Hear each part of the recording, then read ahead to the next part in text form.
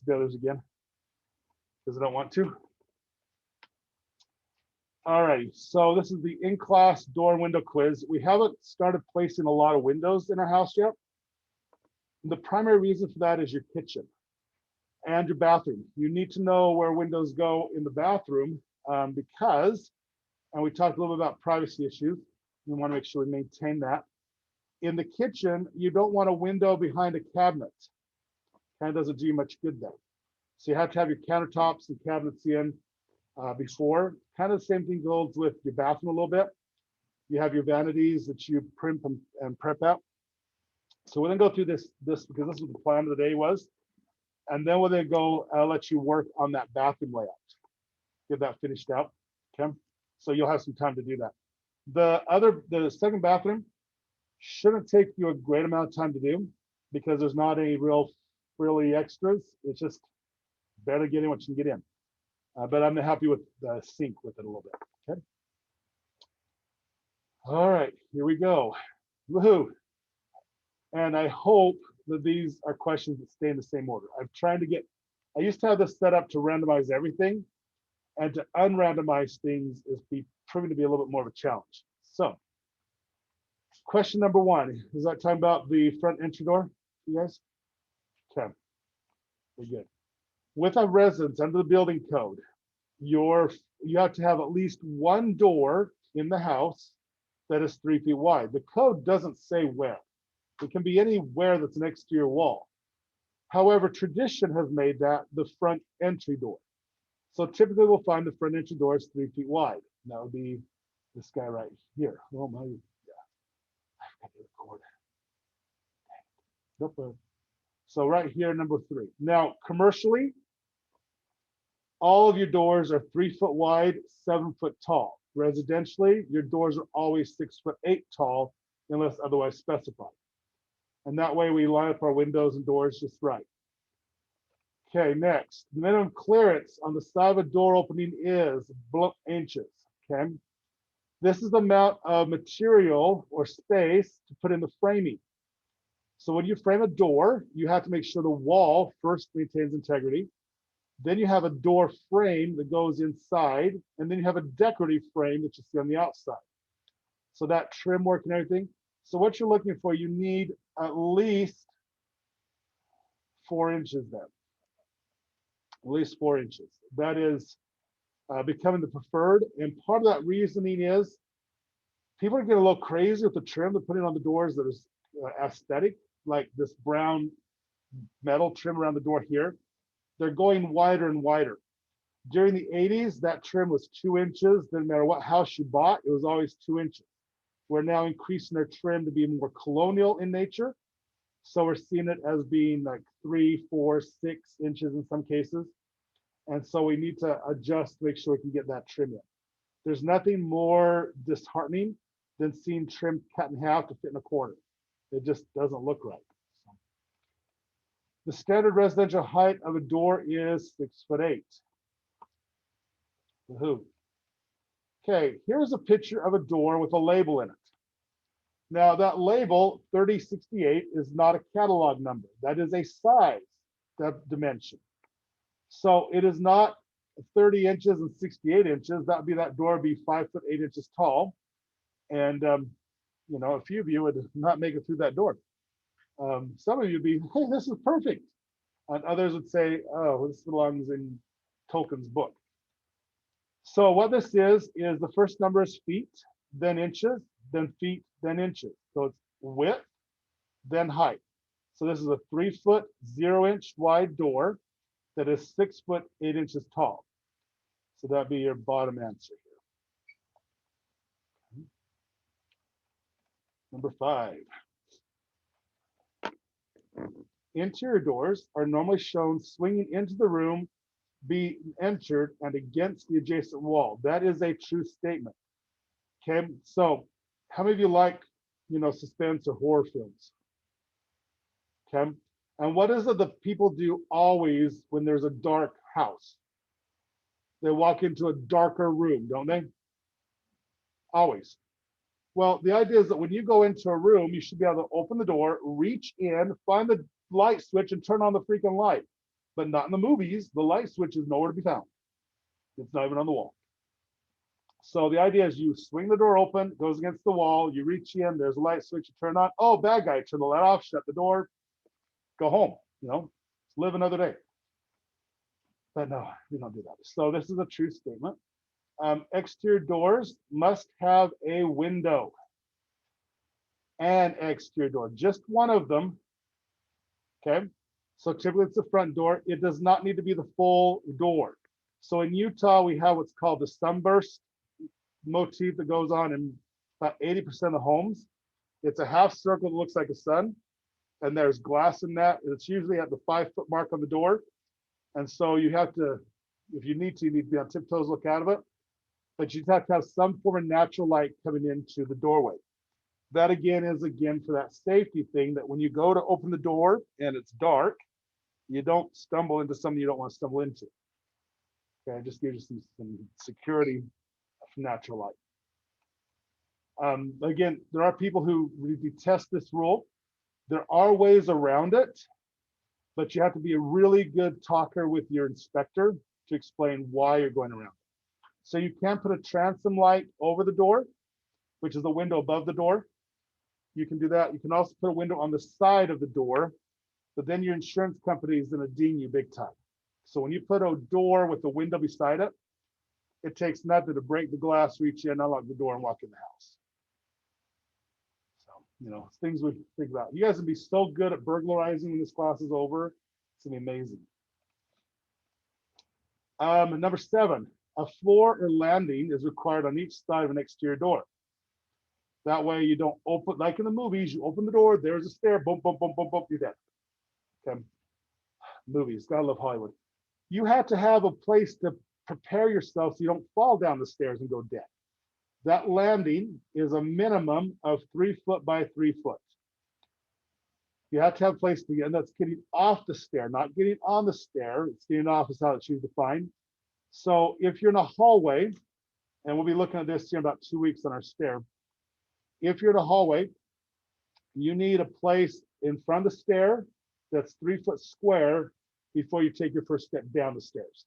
When you get to the bottom of the stairs, you need another 3 foot square space to get off the stair, catch your breath, pick up all the stuff you dropped, and then move on your merry way. Okay. Exterior doors that exit onto a concrete platform or step are normally drawn showing the seal or threshold on the outside of the house. Okay. Thresher thresholds are required at all exterior doors. In most of your homes, this will be a metal bar strip at the bottom of your door that's there to, one, weatherproof your house from drafts, also keep moisture from going out on a day like today. In the olden days, that used to be a 2x4. You had to step over it. So when you talk about weddings and carrying the bride over the threshold, that's because you had to step up over it. And in old school, like, well, if we go to the Orient, the bride would be bound up. And this is where it comes from, is this Japanese tradition, is most likely her feet were already bound. So they're deformed, which means all her toes are curled in. So tiny feet were sexy, which means they didn't have very good posture. They couldn't walk very well. So the groom would carry the bride over the threshold, pick her up and carry her out of that tradition, because there's a board there to step over. Log cabins often had a threshold you had to step over, because if we cut that out, the walls fell down. So that's where that kind of comes from. And so exterior doors have a threshold. The interior doors that would have a threshold are bathroom doors. There should be a marble or a synthetic marble threshold by your bathroom door that keeps the water that overspills from the tub or the toilet from going out in the hall. Most homeowners tell the contractor they'll install it themselves and never do, which means we have a lot of homes without those thresholds. They're not terribly expensive, about $10 to put one in, but they do help keep water into a wet room so it doesn't get into your carpet. But this one is required. You do have to have thresholds on your exterior doors. French style doors are basically doors that are mostly glass.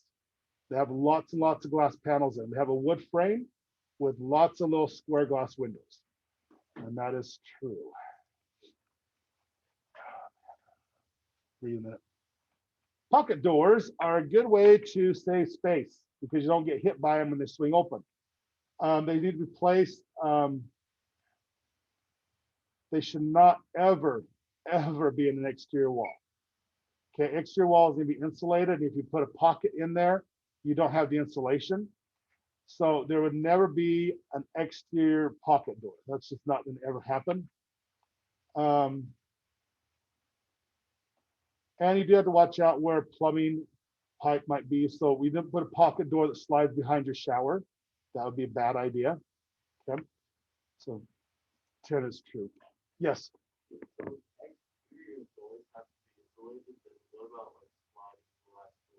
Sliding glass doors are insulated. There's 2 panes of glass. They're an inch apart. Usually it's just stagnant air. So anytime air is involved, air is what our real insulator is. So if you're a duck, it's the air trapped in your feathers that insulates you. And so if we can trap air between panes of glass, that becomes the insulator. Sometimes they'll pay a little bit more and put in a noble gas like argon or radon, which you shouldn't do. Radon's poisonous, but maybe xenon or neon. Those gases are very, very resistant to heat change. But if your kids find out that they explode when you shoot a BB at that glass, you don't have that gas very long. And it does. And you'll see that in storefronts. If you go to like along State Street, there's little BB holes in those windows. They were once filled with an argon gas, and people found out you shoot them with a BB gun and they make a really loud pop. And so usually they just deal with the loss, but a sliding glass door is insulated because it's double paned. You can get your windows triple paned as well, which is even more energy efficient. But we found that if you don't have that third glass, so if you go 1 inch glass, 1 inch, you do really well. But if you went with just a 2 inch gap, there's too much movement for air. So air moves by convection. So if you have a warm side and a cold side, you then get convection loops inside, and that mixes the air too much for insulation value. So you have to have some way to confine the air. And so 1 inch is about the maximum you can go to maintain that insulation. Good question. Let's see, when complete access to a closet is desired, what type of door will give you full access to your closet? You want to see everything you own in there all at the same time. Bifold. Yep, because you pull those suckers out, the whole thing's open. That's exactly right. Now, technically, a swinging door could, but a swinging door needs framing, so you don't quite get the full same effect on that. But yeah, bifold's what we're looking for on there. 12, for safety reasons, blank glass is normally used in sliding glass doors. This would be tempered. This is like the glass on the windshield of your car. Because sometimes you'll be just a little too whatever state of mind you're in, and you slip in the shower and you fall through the glass door, or you fall through the sliding glass door because you're roughhousing around, chasing your little brother, and he turns left and you turn right, and the door's right there, and you go right through it. It'll shatter into little squares, usually about 1/4 to 3/8 of an inch in size. We've learned how to heat glass in such a way that it shatters that way instead of shards. And so tempered glass is required on any glass door, any glass that's in a door, any glass that's within 2 feet of the door, and any glass that's within 18 inches of the floor. Also, all glass that's in a glass shower. So if you have a glass shower, that glass is all tempered. Very, very expensive glass. So that's what makes master bathroom showers so crazy expensive, is that tempered glass. Maybe nice as bulletproof. That'd be cool. What makes glass bulletproof? Your bank has bulletproof glass in the windows. Why? How do you make that? You put bulletproof stuff in the glass. You do. It's actually between the glass. It's laminated. It's called laminated glass. So we'd have a 1/4 inch thick of glass, a sheet of Mylar, a 1/4 inch of glass, a sheet of Mylar, a 1/4 inch of glass, sheet of Mylar. And that Mylar is typically the same. It's not usually Kevlar. It's the same stuff as in bulletproof vests. It's just woven in a way that it's transparent. It's very thin, white, clear lines. And that's what makes it bulletproof. No glass is completely bulletproof to all bullets. So your bent glass is about 4 inches thick on the drop tiller The rest of the glass in the bank is usually about an inch thick is all. Inch thick bulletproof glass will stop everything up to, well, it'll stop it'll stop a 9mm, and it'll stop a 50 gauge. That's about it. You really, if you shoot glass enough, it'll break. Once you break its tensile strength. There's no glass outlet that will stop a mortar round. Not going to happen. Machine guns, not going to stop you from that. If you're robbing a bank with a machine gun, you have other problems in life that you're dealing with. So, okay. Blank doors are often used between a kitchen and an eating area to provide some privacy as well easy passage. Double acting, yeah, they swing back and forth. These are the old Cowboy Saloon doors, these double acting doors. They're not as popular as they used to be. One is once you go through them, they keep swinging. And if you're carrying the pie, you might knock the pie out of the guy's hands that's come behind you. So they're kind of losing some of their appeal. They're very popular in the 70s. Then they were changed out by bead curtains, and then they just disappeared. And so they're starting to come back a little bit, but the swinging saloon doors kind of aren't so popular anymore right now. Give it 10 years, they'll be back. When using a single door to cover the entire opening of a double car garage, the door is commonly 16 feet wide. How tall is it? Okay, so let's kind of break this down. The shortest door height you can get is 7 feet. Now, if you're driving a pickup truck, you'll never get a pickup truck inside of it. A pickup truck needs an 8-foot opening. So what we find then is most of our garage doors for a 2-car garage, single door, 16 feet by,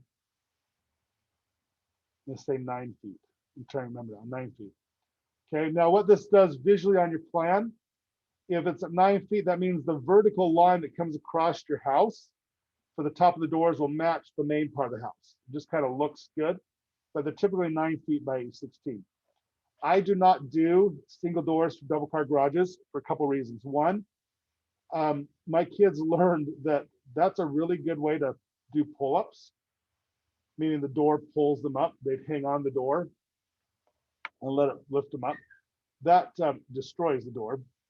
And replacing one door that's this size is very expensive. And so typically when I do a double car garage, I will do 2 separate doors for that reason of replacement, but also that the garage is never fully exposed to the street. Most burglaries in the United States are burglaries of opportunity, meaning you're mowing the lawn, you've left the garage open, everybody can see everything inside of it. They drive by twice, you're in the backyard, they see that brand new saw or generator, and they just grab and go. And that's what most burglaries are in the United States, is opportunities to happen. So if we have 2 doors, you're most likely not to be both open, and that keeps most of your stuff hidden from view. It just helps deter things a little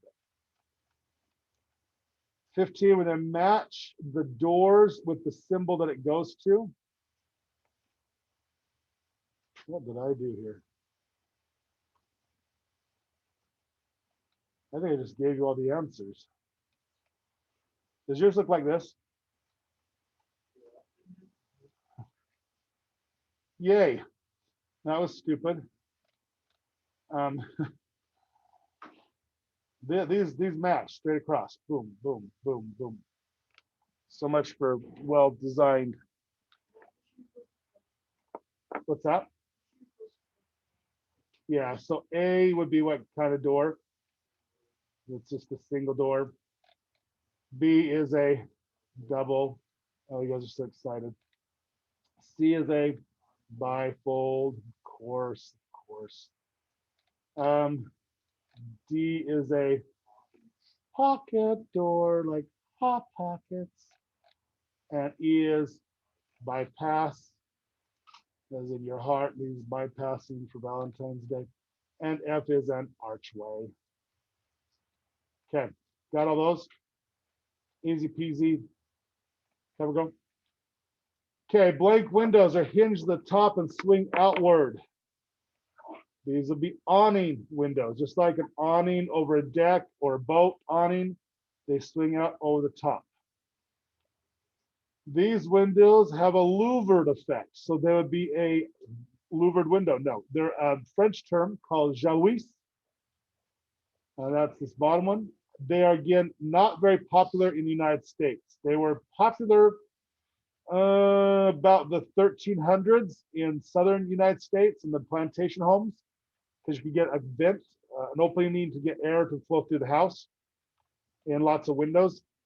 But they've kind of gone their way. You'll still find them a lot. New Orleans has a lot of these type of windows.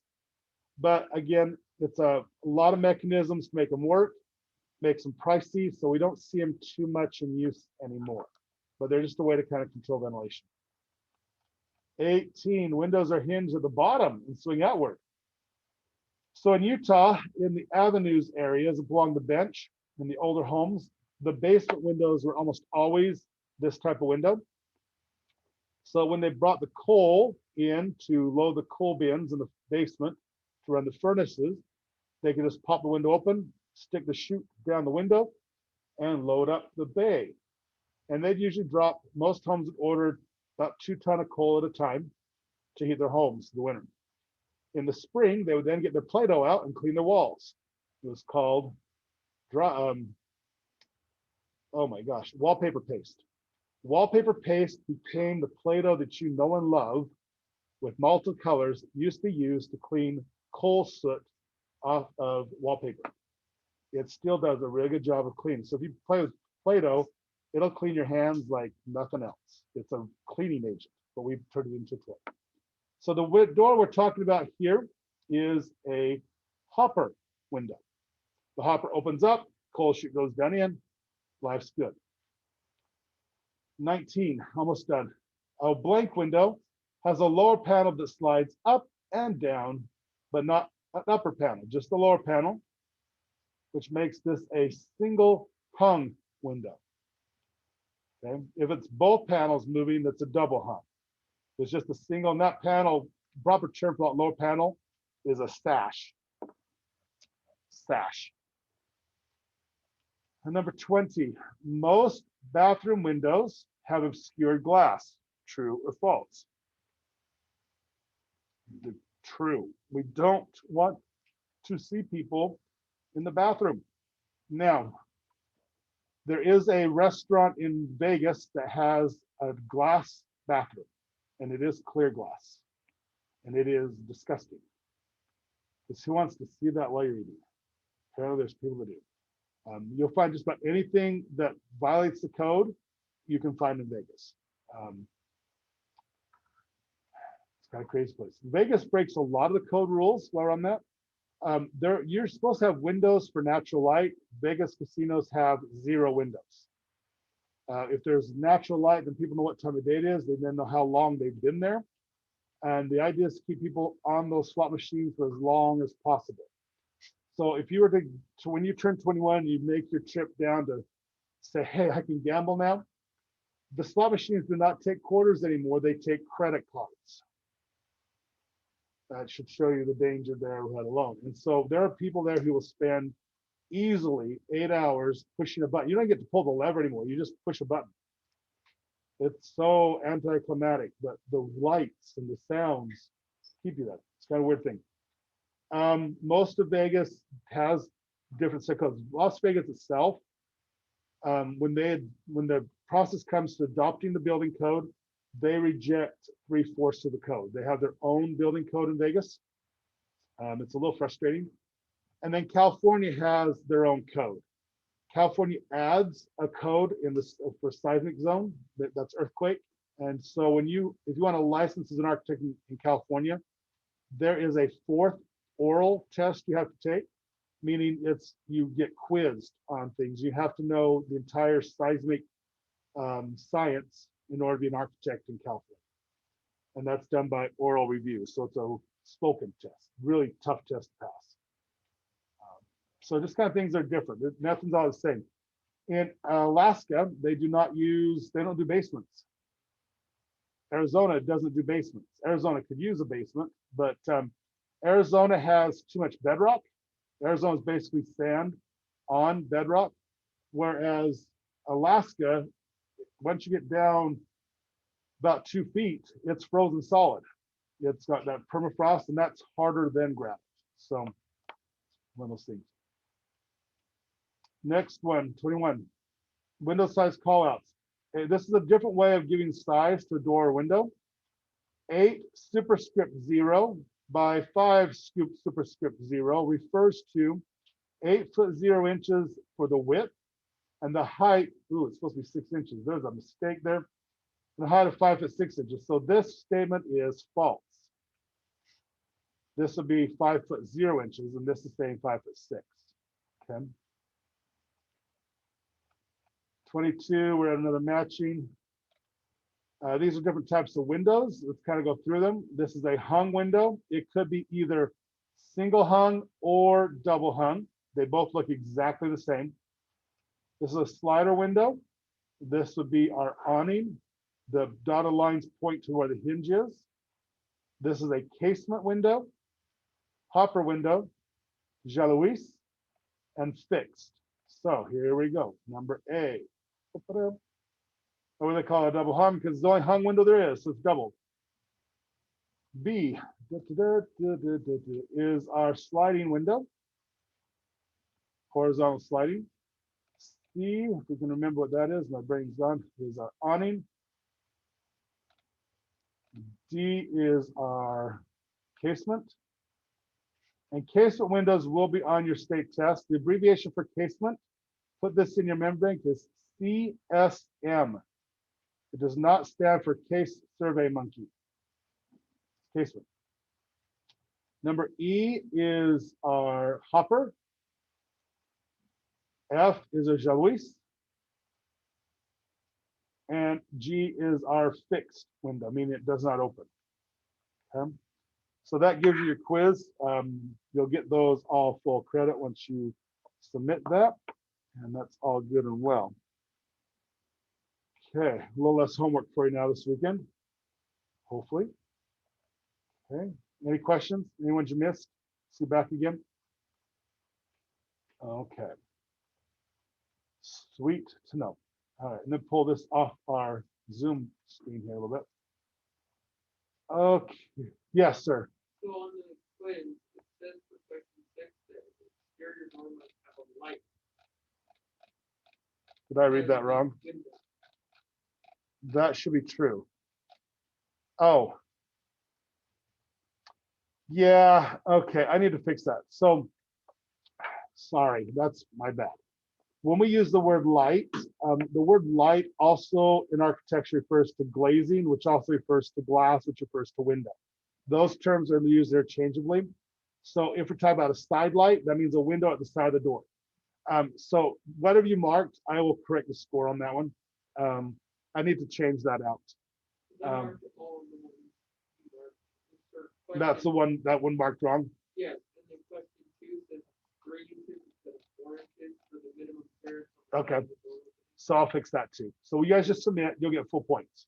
Then there was another one that was, when using a single door and cover the higher opening, you said 9. Oh, is it 8? It's 7. Is it 7? That's a, oh, it's a minimum, was it? It's asking for the minimum. Yeah, okay, so, sorry, I got caught up on what I do. I try to do 9 for trucks because a 7-foot one, it just doesn't work for guys with pickups, especially if they jack it up at all. And then you'll get a call and they'll say, hey, my truck doesn't fit in the garage. It says, we didn't tell me you were going to do a lift truck, you know? So yeah, you'll thank you for pointing those out. But yes, you do need to. So 7 is the minimum. I like to do 9 because I like my lines to line up. I like to get trucks in the garage. Trucks are really hard on garages, by the way, especially here in Utah. If you have an open bed on the back of your truck, like on the day-to-day, it's gonna be filled with about 18 inches of snow that you haul into the garage, and then it's usually full of salt because we salt our roads here, it gets backsplash in your truck. Then that leaks down through your truck onto your garage floor, and that salt will pit your concrete floor. So trucks can be kind of rough on a garage.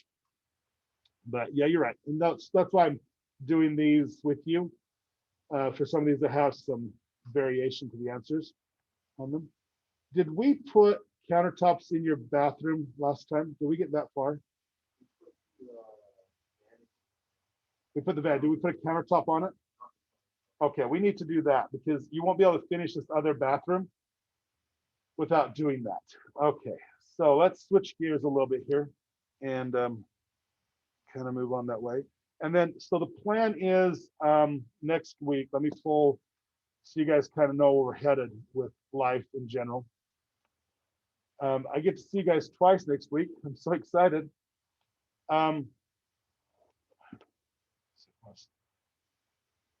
Well, I'm not going to see you Tuesday and Thursday next week too. Okay. So on the 23rd, which is next Tuesday, we're going to spend an the entire time on kitchen. For the commercial group, you'll be doing kitchens as well. You will have in almost every commercial space, there should be an employee break room. Now, for you guys doing hotels, you're going to need to do probably a continental breakfast. And that's kind of a call that you have to kind of make for your hotel if that's what you're doing. Because once you pass the Mississippi and get to the East Coast, the continental free breakfast in hotels is gone. That only exists in the West. It is not a national phenomenon. And it's predominantly in the northern Western United States. You might find a few places in Arizona, none in California. California doesn't give anything away. Even down in Nevada now, the whole dollar buffet is gone. Your buffet is going to cost what it does here in Utah. So if you're going, oh man, I didn't get to do the 69-cent buffet, those are gone. So when I was your age, you could go down to Vegas, go to Circus, and for 69 cents, get an all-you-can-eat buffet. That doesn't happen anymore. Sorry, guys. Okay, so let's go ahead and get to your house plan. Let's go and we'll finish out this master bath up here. Yes. Where's the elevator? Thank you. I knew I was to remember something. This too clustering. All right. I'm ready for it because I had this already talked about. So you're on your home page here. Okay. You guys will scroll down to all the wonderful little links here. There's student resources. So thank you. You keep me remembering you guys. Someday there's gonna be enough of you that I can split these classes apart. That's my goal.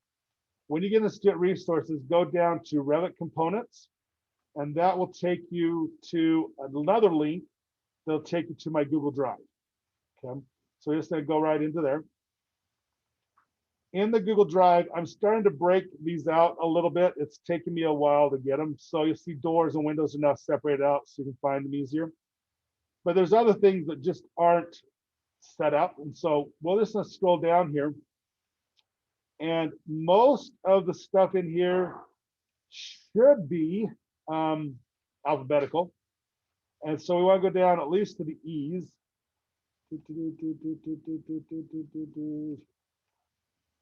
Oh my gosh, I just put a thing in here.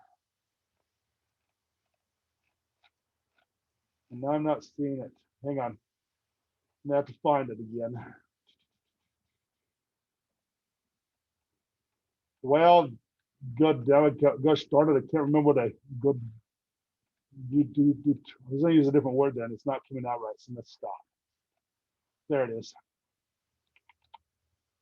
There's a residential elevator in there that is 14 square foot in size. There's that one. If you need to find it more, you can always just put in here elevator. You can spell elevator. And there should be two. Looks like there's just the one. Yeah. Okay, so what I did is give you this residential one. Primarily because this is the one that has the most things you can change to it. So 14 square feet does not mean it's 2 foot by 7 foot. Okay, don't get into that mode step. Okay, but you can modify this one. Just put it in your components under special equipment in your library. Just download it to that. Again, if you want a different one that's a little more robust, a Revit Studio is your choice. I just chose this one because it has kind of the most parametrics to it.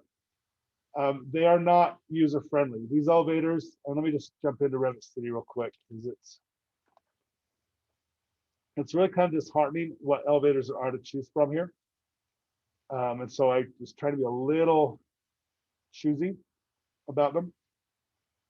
Oh my gosh. I have to tell my wife to take my mask apart because after 6 months, they're getting a little thick. All right, so I'm gonna sign in here real quick like. And then when you do your search and you put in your elevator, make sure it's spelled right. This does not have a spell check. So if you misspell things, you don't wonder why you can't find anything, but check your spelling, then, oh gosh, and you only get 20 seconds. So, you know, you can't dilly-dally at all.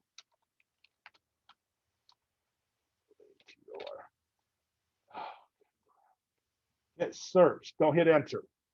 Okay, hitting the enter key won't do it for you. And then realize that this is a very large library. And you'll get these elevators. You think a lot of things like these type here, when you, well, let's click on this one to kind of show. This is why I didn't give you this one. So it is a parametric elevator. It'll probably work for you. But before you download them, read the descriptions. And I probably should have done this earlier, but Revit City is not known for speed. It never has been. And that's primarily because there's people uploading to this 24 hours a day. There's always something new being added. This is an example of a conveyor system, not a hydraulic system. And what you want to look for when you look at these elevators is the comments about it. Okay. So if they all like it, then, you know, make sure anytime you download anything, even if it's just a game for your phone, read the comments. Okay, just get in the habit. Hopefully your folks have taught you that. This has only 10 stories to it. Oh my goodness. Well, that's fine. You know, you guys don't need 10 stories. What you have a struggle with is converting the height. That means you need to know, if they convert the height on these, how high it is from one floor to the next, so floor to floor height, and then how many of those you need, so you can adjust that. But so just kind of look at those and take a look at that. But this, I mean, if you go in 10 more than 10, you won't have time to do 10 floors. Don't do 10 floors. Okay. If we were to do you as a group project, and you could maybe do that as a capstone, get your friends for the class to take the class with you. If you wanted to do something like a federal court building or something like that, you would all work on the same project together in that case. All right, but anyway, that's elevators. Does that help? Okay, thanks. All right, folks, we need to make a countertop. Countertops, there are some that are in your library that's within your template. I don't use the template library countertops anymore. One, they don't edit to where I want them to. And so I like to do them all by scratch. So I'm going to teach you how to do by scratch. And then if you want to use a countertop out of the library, then feel free to. But I have found that I spend more time trying to tweak the countertops out of the library than getting any work done. And I'd rather get things done. All right, so the first thing I do is come in here, and to make a countertop, you're going to use the floor option in Revit. Okay. Seems a little weird, but that's what we're going to do. Now, commercial people, you need to do this again. Hopefully you remember from last semester how to make these. If not, I'm recording today. Happy day. So what we're going to do is go architecture floor. Again, the reason for that is anything that's horizontal is a floor, anything vertical is a wall. And I already used kind of a finish on my tub here. I did a marble surround on there. I did a tile. So when you look at your floors that you have, you may have your tile that you might use, or maybe marble that we did on the bathroom surround, whichever of those you want to do. I'm going to go with the tile just to show you the full process again. in case you didn't do the tile surround or the marble surround. You click on the one you want to start with, you hit edit type, and then bring this over and then duplicate that type. Now, once you hit, oh, where's my button? There it is. I still leave it finished. Anything I create is usually gonna be finished, and that way I know when it's my creation versus what comes with Revit. If I type in finish, it's a lot easier to find what I've created. And so I'm gonna use a granite countertop. So I'm gonna do granite hyphen, and then I'm gonna do bath counter. I'm not gonna put top because I know it's the top. You can abbreviate it if you want to on those, but this way I know where it's planned to be using. If you want a different top in the master as opposed to the kids' bathroom, then put one M bath and one just bath. But you're naming it, you come up with your own rules on how you name things. Very important. So we hit OK.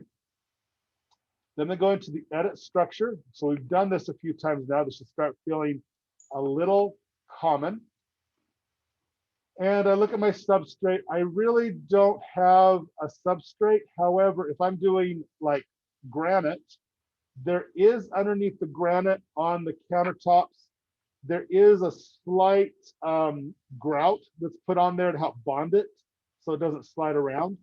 It's not a ½ inch thick. It really, really isn't. But I'm not going to worry about that because I'm not going to see it. That's not the important part. Okay. If you want to change that substrate out, then you're welcome to. But your countertop in the bathroom and in the kitchen, commercially and residentially, the total thickness is 1½ inches thick. The difference, the exception to that, and here's your exceptions, if you're using butcher block. Now, who knows what a butcher block is? Okay, well, how would you describe that? It's wood, yeah. Why is it called butcher block? You can chop stuff up. Primarily break through bones with a cleaver or an axe. Usually an axe if it's a butcher. They use a big axe. So the wood needs to be pretty thick because it's going to get whittled away. So when we do butcher block for residential, that's not in a slaughterhouse, typically it's 4 inches thick. And what that means is once that's installed, the owner can sand that and refinish it. And that butcher block will probably last close to 400 years in residential usage. If they maintain it, okay, that's a big if, they've got to maintain it. Butcher blocks out of slaughterhouses have been around in some cases the entire life of our country. What maintains those is the fat that comes off the animal gets into the wood and that preserves it. So how do you maintain a wooden surface in a house? Like a cutting board, a wooden spoon, a wooden bowl. We seal it with what? Petroleum chemicals? No, it's even easier than that. To seal the wood, you need oil. Preferably we use some that doesn't go rancid. So that takes out olive oil, vegetable oil, sunflower oil. Those are anything you cook with is kind of gone. So the oil we want to use is mineral oil. We often use in painting, but it is digestible. In fact, if you were to drink mineral oil, what do you think it would do to your body? I'll give you another word for it. It's a diuretic. It'll clean you out. So it's really good at flushing things. So we use mineral oil mixed with melted beeswax. And that becomes what's called cutting board butter or wood butter. And that's what you use to maintain wood. That oil gets down, and because it's a mineral oil, that means there's minerals in the oil. It hardens the wood. You're actually petrifying the wood by using that. And then you have the beeswax that seals up any cracks or cuts or scrapes in the wood. And that's what you use on wood. Both of those are digestible, so they're not going to cause any harm, and both resist bacteria growth. So beeswax is amazing at pushing out bacteria, and so it's kind of one of those things. So my finish here, I've got a ½ inch subterraneous substrate. I'm just going to make my finish up here on the top. I'm just going to make it 1 inch. So between the two, I've got 1.5 inch countertop. And I'm not going to worry too much about the concrete backer board because It's going to depend on the manufacturer, what they put underneath that. But I need my material. So I'm going to click here and go into my materials. And I would think I probably want to do something, maybe granite, maybe. I don't know. I can't remember what I've used. So I'm going to just do a search for granite and see what I've got. And I search, and I search, and I search, and I search, and I search, and I search. Nothing's coming. No granite. Granite's not a default library. Okay, now, is there other materials you can use on a bathroom countertop besides granite? Like what, marble? Sure, we can do marble. You can actually do the same, what you did before. So I'm going to look for marble. And I got a nice gray-white marble. Well, if I look at the appearance, I can see if it's what I want. It's kind of there. It'll work. Okay. If you want a new one, do you guys remember how to make a new material? Because then we need that reviewed. Okay, seeing everybody shake their head. Cool. All right, well, I'm going to make a new one just because I want to be flashy. And because I'm recording this, I want everybody to see it. So I make a new one, right-click, rename, finish, hyphen, let's do a blue granite. Just because I can. And again, graphic-wise, it needs to be set to use for the rendering. Appearance, you click on the no image selected. And I'm going to go and find, where did I put all my stuff? Let's see. That's kind of silly. Why didn't I keep that?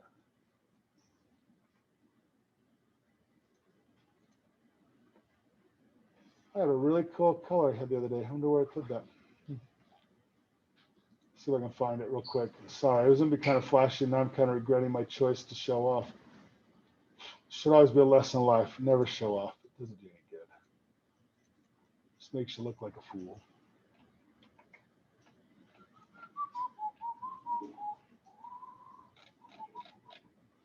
Yep, looks like I'm a fool. And hopefully your other teachers let you know when they screw up, because, it's part of life. I don't want to do grass. That's stupid. All right, well, stupid teacher. Yay. Huh. Oh, there we go. Too many libraries. I'm going to do Sodalite.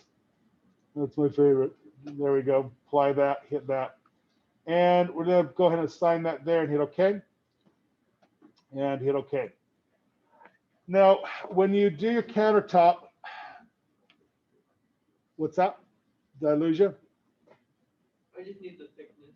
Well, the total needs to be 1.5 inches. 1.5. 1.5 inches total. So I made the top 1 inch and the substrate I did 1/2 inch. Okay, thank you. You're welcome. Thanks for asking. Don't be afraid to ask. I'll always stop and answer. It doesn't matter what the question is. And as you get to know me more, you'll start playing that game. And because tangents are fun, because education is all encompassing. Okay, now we can do an auto select tool. There's also an auto trace or pick lines tool. Have we used that in this class? Okay. Yeah, maybe let's go over it again just to remind you. We did it for the bathtub, right? Because it had that ellipse, right? I don't use this one very often. One, I just forget about it. It's one of those things like, oh, it's there, but I don't usually do weird shapes. And so it doesn't really help a lot. But let's go ahead and use it. If you're doing the trace line, you can just pick these edges. And here's where I have a problem with this. It's fine when I do this corner, but now I've got to do 1, 2, 3, 4 edges. And so it's good if you have a weird shape, but now this is an edge, this is an edge, this is an edge, this is an edge. Oh, I'm already exhausted. So I usually just go and use the line and then I trace. And it's just almost as fast as picking the lines. Now, when we do these, I got a real problem here, looks like. Oops, it's okay, I'll fix it later.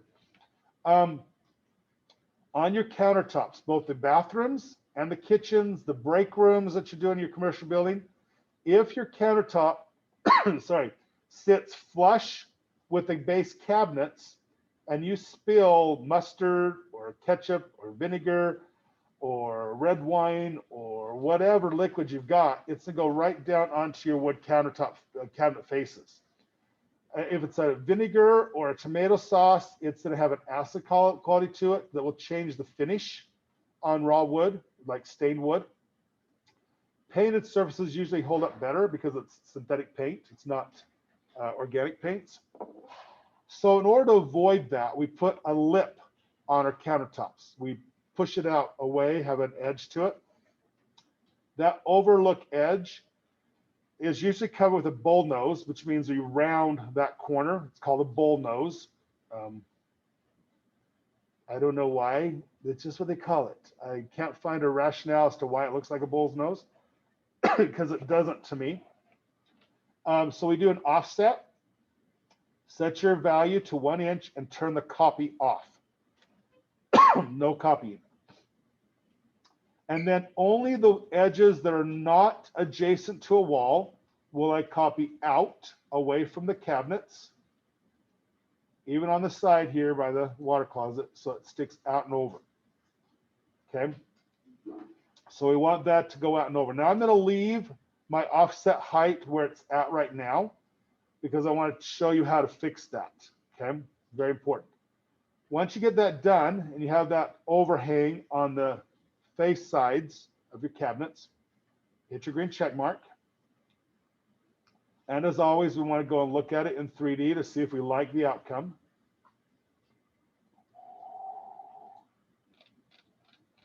And I click off, and right now I see I've got a problem. And it's a pretty big problem, actually. What's my problem?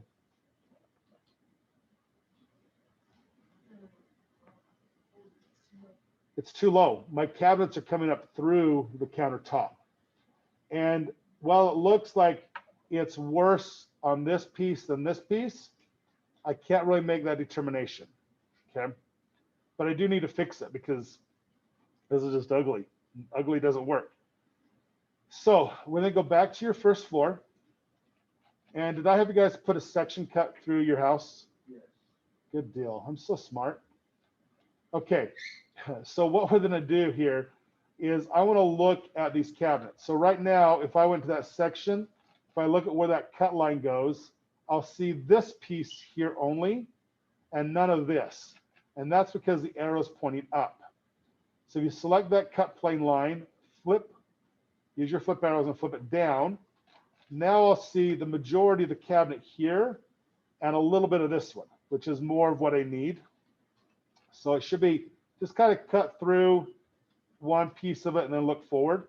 If you don't have this L shape, that's fine. I need to know what's going on here. Okay.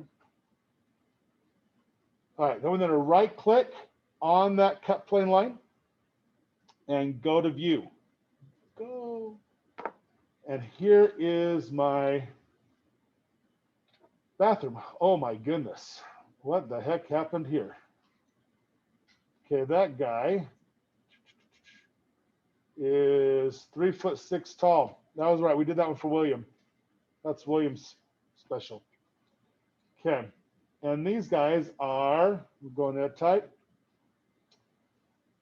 2'5.5" tall. Woohoo! So if I add 1.5 inches to that, what does that make the height? 1.5 inches to 2 5/2. 7, which is a weird height.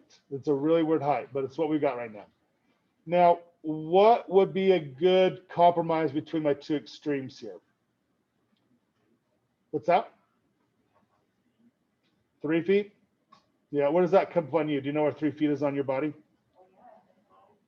Okay, so those of you who are really serious about designing spaces for people, whether that be a car, whether that be bicycles, skateboards, you need to be really familiar with body sizes because they're pretty uniform, surprisingly enough.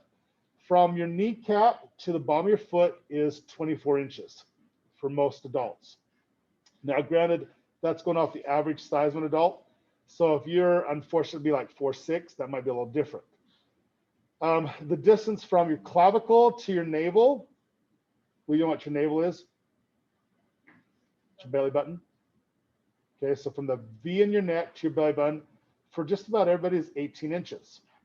That's how we tell where to put tabletops, because you want your tabletop when you're seated to be at your belly button. That's a comfortable stance for a table. So when you're designing these things, knowing body proportions is right. You also need to know how big of a step you take. So the way to do that, you can do it on a football field pretty easily, is walk at a normal pace, count your steps and see how many yards you cover, and then divide that out and figure out what your pace is. My pace right now is I walk 18 inches with each step. And so if I use that at a normal walking pace, I can measure off a piece of property to usually within about 4 inches of accuracy and get pretty close, which is helpful because sometimes it's cheaper to do that than to hire an engineer to spend a day measuring it with satellites and GPS units. Okay, so if I change this value from a 5 to a 10, make it up to 2'10½". When I add 1.5 inches to that, that means my countertops will be at 3 feet. Okay, now 3 feet for me is right about my waist. I could use it a little taller, but that also, remember, you're working in a bathroom. There might be multiple genders, multiple height people. So you want to try and get an average. So if we raise it to 10.5, that's 5 inches taller than the default. And I'm just going to apply that. And now it looks a little bit better. It's taller than my toilet, which is a plus. You want your cabinets and countertops to be taller than the toilet. And why do you want that? Not that it's going to give you a lot of good, but it's going to give you a little bit more peace of mind. Okay, so let's talk a little hygiene here. There's a reason why your mom tells you to clean your bathroom often. Is anything that drops into the bowl of the toilet is also being splashed out of the bowl. It gets aerosoled. And that's the nature of what water does to things. So if you keep your toothbrush on your sink countertop, it's probably nasty. You probably want to keep that in a drawer, in a closed case, sealed plastic bag, vacuum formed, all those good things. Now, is that a real worry for you in your house? Absolutely not.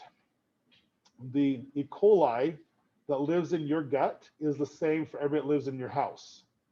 It changes when you move out of the house and move with somebody else. And so when you move into college, you'll find that they'll probably, if you have roommates, there'll be a couple of days that first part of the semester where you're going to be sicker than you've ever been in your entire life. And that's your body adapting to a new set of microorganisms to work with. We see that with married people. When they first get married, if they have not cohabitated first, live together, they get sick. You will also, it's a good way to tell if you're compatible with someone reproductively wise. If you kiss someone and you don't like the kiss, that's usually your body rejecting their genes. And that's a true thing. So bad kissers mean they're not compatible with you for good offspring. And that's part of that evolutionary thing we've developed. So microbacteria are important, but you cannot get sick from the ones from your family because they've already given to you. If you were a koala bear, what would be your very first meal? If you were a koala bear? Oh no, that'd be too sweet. It would be your mom's poop. Because unless she feeds you that, you can't digest those leaves. Oh, that's disgusting. And we think they're cuddly. All right, so let's do the same change to these other cabinets, make them 2'10.5" in height. Their types. That one's already there. Why did that change? Something's wrong in Denmark right here. Oh, I didn't change it, that's why. So 2'10.5" is what we're going to apply them to. Makes a little bit better height for a bathroom. You might consider going to 42 inches, those are 3'6". If you're really tall, that would be advisable. Ooh. So this would be 2'10" and 10.5 inches. Okay, so now I've got them all the same height. Now, once I get the height established, when we do a floor, it goes from the top down when it measures it. So the distance on this right now from the subfloor to the top of the counter is 2'6". I need to be on the top of the cabinets. So all I'm going to do is change this offset height from 2'6" to 3 feet. And then enter, and then hit apply, and now it's up. Now if I look, it's down a little bit. I'm not quite right there.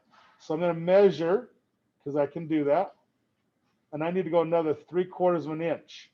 Why do I need the extra 3/4 inch? Where's that coming from? Because you need to know this. This is really, really important. Why am I off by 3/4 of an inch? Yeah. Yeah, so my cabinets here sit on the finished floor. In reality, there's two ways of doing this. That is correct, but that means I'm buying extra floor tile to go underneath a cabinet that I will never see, that will probably be cracked because of the way of the countertop. So we typically, if we can all schedule it to work right, we want the base cabinets to go in before the floor. So the fix on that is to simply change the elevation to 0, drop it down, and do that for the other types as well. So it's a little bit of back and forth movement that we're doing here. But what we're doing is building it the way it should be constructed. And that's what BIM is all about, building it like you're the contractor. But we definitely do not want to put tile underneath cabinets, because the weight of those cabinets, especially if they're full of, in the kitchen, like pans and stuff, will just crush the tile. And then we're wasting money. And we waste too much money in housing as it is. And so then do that. Now everything's where it should be. Okay. So those are the little details that will make you a great designer versus a mediocre designer, knowing how things are built. So next month we have our design build day. It's on a Friday. I would hope you would come in for that. Even if you didn't register, still come in. Registering, that gets you the freebie stuff. But come in on that Friday. We'll have the screens going. You'll be on the computers. You can go visit with different contractors, different interior designers, different architects, different subcontractors. Get a feel for what you might want to do with your future. I get calls at home by friends who are contractors saying, you got any students that can wire a house? I'm going, well, I don't teach that anymore. Let me see if I can find some for you. You got anybody that can do concrete? Well, let me ask. I don't teach that anymore. Let me ask. So there's jobs out there. They definitely pay more than 15 bucks an hour. You don't need to wait for the government to make you rich. If you do, you'll never get there. So kind of keep that in mind. All right, let's take a look at this in 3D again. Now we've got our cabinets fixed. Oh, it's so pretty and so mixed message. Okay, well, that's okay. Play of materials is fun. What do I need? What's my last thing I need in this bathroom? A sink. I need a sink. Got to brush my pearly whites. If I don't, they become ivory. If they don't get brushed after that, they become wood. Right? You had a present with wooden teeth. How would that be? Did he paint them white, or were they just brown wood? It's a question to ponder. It kind of is. What did a man look like with wood for teeth? No, he never smiles with his mouth open. Some good thing about it, since we just had President's Day. All right, back into our floor plan mode. In your template is a sink, a vanity sink. So I'm going to do architecture component. Click on the big blue button there, and scroll down. It is going, or scroll up. Everything's alphabetical, so I'm looking for sink. That starts with an S, in case you didn't remember, not a C. And there is sink vanity round. Now, if you want to load out of the library, there is a square vanity sink. And to do that, you go Edit, Load, get into the U.S. Imperial Library.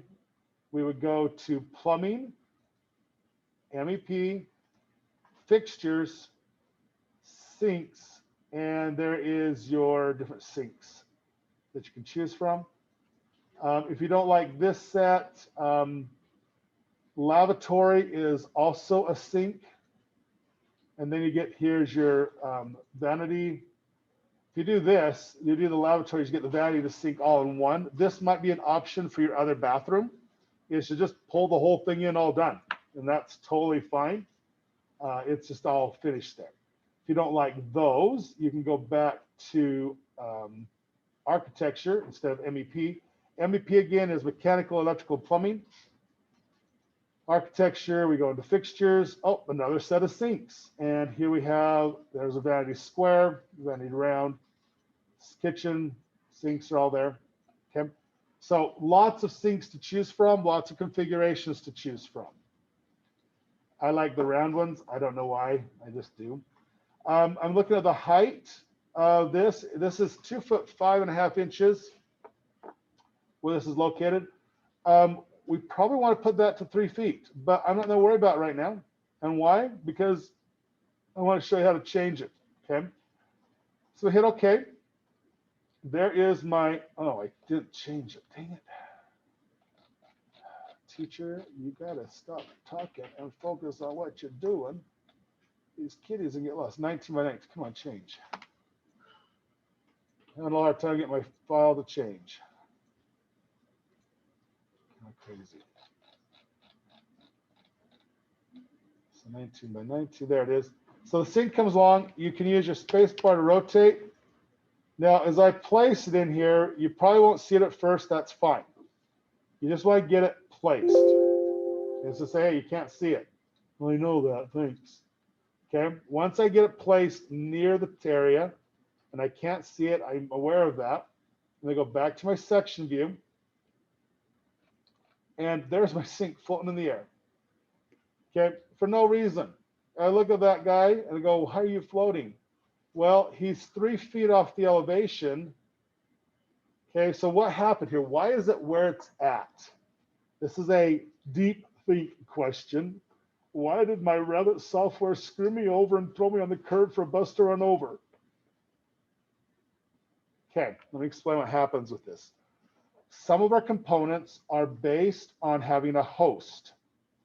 So when we get in the kitchen, that's going to be very, very much an issue. Your upper wall cabinets can only go on a wall. If there's not a wall, you can't put them in there. This sink, when I selected where to place it, I chose the surface of this countertop. It's set to go 3 feet above the host. So if I change that 3 feet to 0, and just watch, because I'm going to take it down a road, and the wisest man will follow the goose until they can go no further. That's called a wild goose chase. It's the biggest lessons fairy tales can teach you. Okay. When I set that to 0, it disappears. In fact, it's now inside my cabinets. Well, now it's a negative 3 feet. What the heck? But 0. Okay. So if I go and edit my type and look in here, the top of the counter is set to 2 foot 7. So 2 foot 7 plus 3 feet, that makes it 5 foot 7. So I'm just playing games with this thing. Okay. Keep in mind where I'm at here. I'm going to cancel, and I'm going to do a Control Z. And I'm going to put it back here floating. Okay. Just let it float. I could spend the time doing the math, change the settings, but I don't have to. Why do what I don't need to do if I know the shortcuts? The shortcut is to go into Modify, find your Align tool, take the bottom, actually take the top of the countertop and the bottom of the lip of the sink. That will place the sink right where it should be in the countertop. Okay, that's much quicker. Now, is it in the right place? Probably not. There's a wall here that's going to be in the middle of the sink. The doors are over here where the plumbing would be. I need to shift it. You can do a move in your elevation by changing either the dimension line or using your arrow key and tabbing it over till it looks good in the elevation. That's a legitimate thing to do. Okay, that's totally fine. everything's good. Okay. Knowing different ways to move things will be really helpful to you. One of the reasons you need to do that is if you're in the office and you get a phone call and you come back, you're going to go, what did I just do? And if you know multiple ways to get you out of the problem, it makes you more efficient. Because my job is to make you employable and find lots of money. Okay. And we're just about to hit the hiring season for architecture. How many of you are looking for summer work? Not many of you. Okay, good. Okay, well, why Walmart? You have a skill, sir. Walmart is a non-skilled job that as soon as Congress puts in the $15 an hour, you're fired. Walmart's already told Congress that. So has every restaurant in the United States. What's that? Okay. Shoot for the stars, man. Alrighty. Yeah, so just so if you guys are holding out for the $15 an hour jobs, the National Restaurant Association, on behalf of all food establishments, told Congress that if it does go up, that they're shutting down 80% of the restaurants in the United States. They can't, a server, if you go to like Applebee's, a server is only paid, a waitress is paid $2.45 an hour plus tips. If they mandate $15 an hour, it'll cost you $20 for a hamburger. McDonald's solution, Wendy's solution, the big chains, they've already put in automatic kiosks. Walmart's already going to automatic checkouts. Walmart even has a system now that the robot goes and gets the food for you. So all those guys doing the shopping for you, they're gone too. Don't ever expect the government to bail you out. Just don't get in that habit. It doesn't work in capitalism. Okay, there's my soapbox. Moving on here. Go to 3D and see how it looks.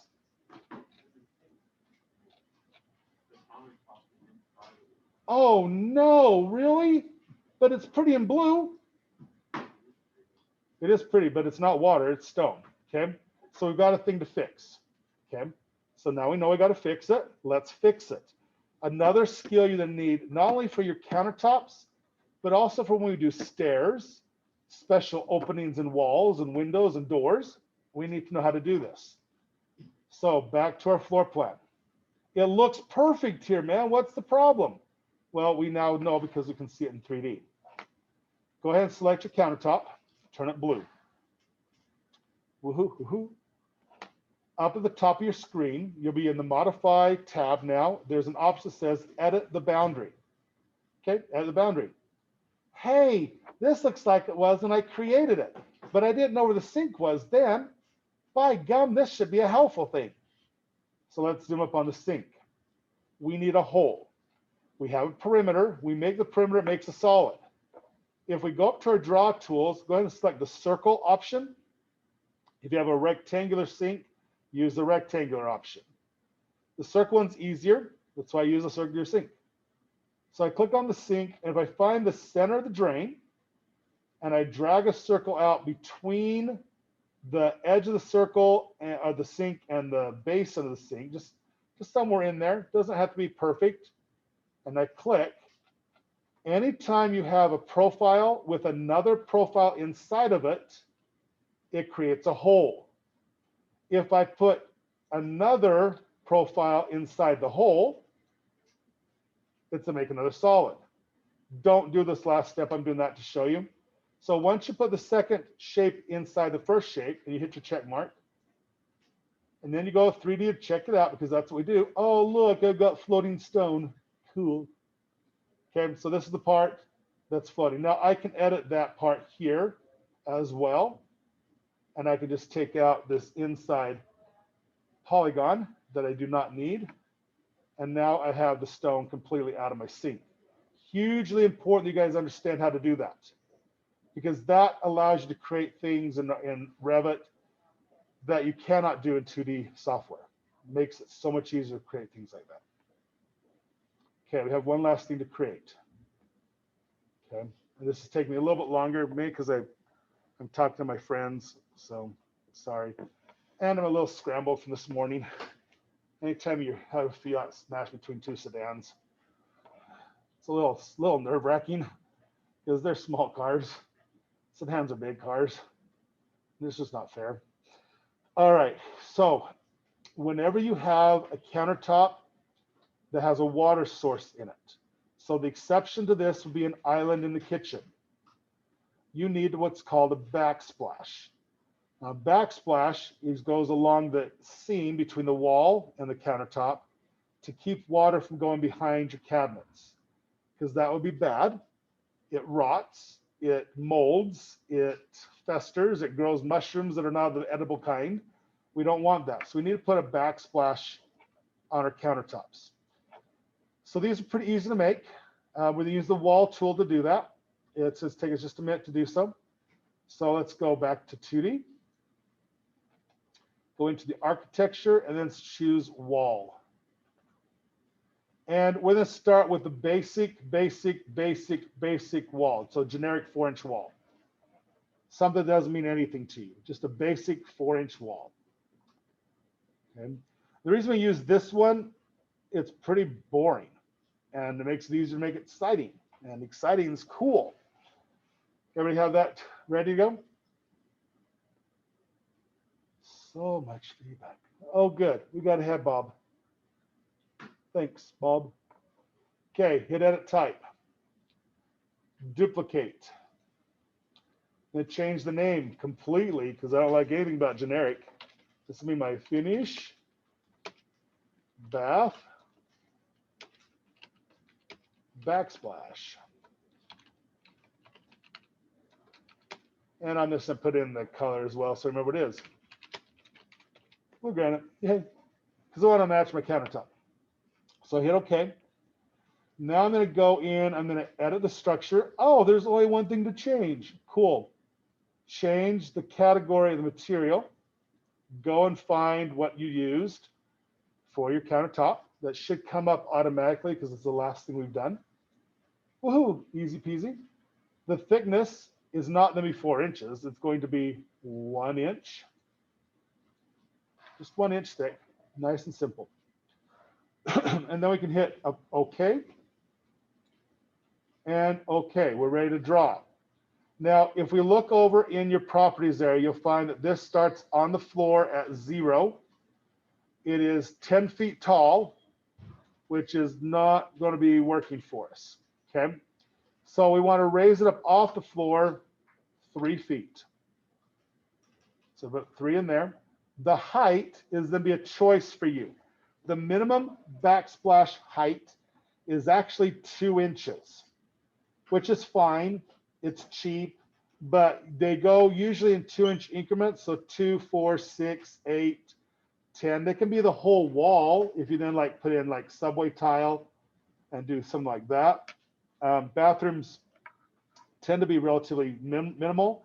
Kitchens, they go a little extreme. They might be 18 inches. They might be, 6 inches. I'm just gonna make this 4 inches tall. I don't need a lot. I'm not asking for the world to be totally gold plated yet. We'll work on that next year. So it's still 4-inch high. Connect to say it apply. And now it doesn't matter if you're inside or outside. I'm just gonna trace, start at the back of the cabinet. Just start drawing a line. Now I can see right here that's going into my wall. So I hit the space bar and flip it. Because there's only one material, it's the same on both sides. Makes it really easy just to create and go. So to trace along the countertop, get to this corner, and then go, oh, shifted me a little bit there, and I have to fix that. So I'm just gonna kill that right now and start over because it's easier. Flip and drag to the end. Now I can see that they're not connected because there's an overlap here. That's where the corner tool comes into play. So I want to clean that up. Always worry about the detail. The more detail you worry about, the more control in life you have. Check my 3D view. Oh, look, that's so cool. Man, teacher, that's the best thing I've seen all day. Easy stuff. And now I have control of where the backsplash goes, the size of it, what it looks like, and I can place it where I need it. Okay, that completes the master bath. Now you can go in and add things like mirrors and shelving and all that other getchy stuff. That would be a time thing. You guys have about 35 minutes. No, 40 minutes. What I'd like you to do for the rest of this time is finish out this bath. Now I'm going to tell you about this guy right here, this tub. Something to consider. This is set up the way my house is right now. My toilet sits on, it would be sitting right here on this wall because this is the plumbing wall right here. But the plumbing for my shower is on the opposite wall. That means that I've got to run copper pipe an extra 7 feet. That's right now, that's $450 worth of copper. You want to think about where your plumbing is going. So this tub, by just flipping the thing over, saved me about $380 by doing that. That simple little attention to detail, where the drain is where the plumbing goes for the water. If it's in the same wall as my toilet water, I'm getting the same water source. It's the same water. The water in your toilet is the water you drink. Okay, that's kind of sad to think about, but that's the truth. And if I can keep that all my plumbing together, it's cheaper. I want that as cheap as I can get it because you want to buy a house someday. And at current rate, by the time you guys are 25, a home that's 1,500 square feet, 2 bedrooms, no car garage is going to cost you $725,000 if we don't change something soon. We cannot keep pushing housing up to this point. It's not sustainable. And you guys are gonna have to help me do that. And together we will change the world. Ooh, ooh. Yay. Okay, how much space do you need for the toilet? A minimum of 30 inches with the toilet centered in it, preferably 36. And then you then need a sink cabinet in there as well to finish that off. I would do this. I take this guy, I would copy it because it's easier. Grab that, slide it down there. Do a little happy dappy rotate. Actually, I can do this. This is kind of funky. If I'm doing a line and choose the wall and then the back of the toilet. Oh, it's not letting me do it. Oh, you can just do a rotate. It's just as easy. And I just take this rotate and put that there. Do my align stuff. Boom, boom. Then I can switch to modify. I want you to want me. I'm gonna do a little arrow stuff. Boop, there we go, 2 inches there. This guy here is my nemesis. So I'm gonna take this guy, bring it down to the edge of the tub, change this. If I go 15 inches, that'll give me the 30 minimum. That's what I would do. Just like that. Special. And then if you have room, bump it up to put another 3 inches in there if you can. But you can see if you've got to squeeze in there, and guys, I may start speaking to you because while women can do this, they shouldn't have to do this. If you're fixing a toilet, you got to fit your shoulders in between the tub and this toilet. There's not a lot of room there. And especially when you consider that from your wrist to your elbow is about 12 inches and you got to move a wrench, that doesn't give you a lot of, you're doing a lot of little movements, unless you're Elias, so you can get a little more movement. But it's a pain. You want to think about what you're gonna have to go through to fix things. And hopefully you get the opportunity to take a toilet apart before you leave home. It's a good skill. Okay. Okay, do you want me to come around help? Sit here and watch? Take a drink? I don't know. What do you want me to do? Yeah, what do you want me to do? Sure, you're the one looking at me. So yeah, it's just you and I, man. It's a world of masks. It's like a bad nightmare. You ever have that dream where no one has faces? We are living that dream. It's a creepy, creepy dream. Let me see if I can find my dream for you. Got a question now? Yeah. Cool. It's about the backsplash. Okay, shoot. So what do I use for the structure? I use a wall, and I use the generic 4-inch wall because it was the easiest one to modify. And then you want it to be 3 feet off the floor, 1 inch thick, and 4 to 12 inches tall, your choice. Okay, so for the structure, do I just keep Keep it as structure, but change material. And the material should match your countertop. Okay. And then just resize it. Yep, to just what it- resize it to fit where you want it. Thank you. Yep, you bet. Here is, let me show you my nightmare. It's kind of, here's my nightmare. It's my students. I have that nightmare often. Maybe because I made it as a Photoshop assignment one year. And it's not a good idea. It's freeze. Yeah, it did. When was your last save? That's cool. You don't remember. Okay, that's, because the option is to kill it or we wait. And- Okay, because then that's what you do. So I would just control the lead and kill it. Because it's gonna take it for a while. And oh, there it goes. Just close the program. And then we go.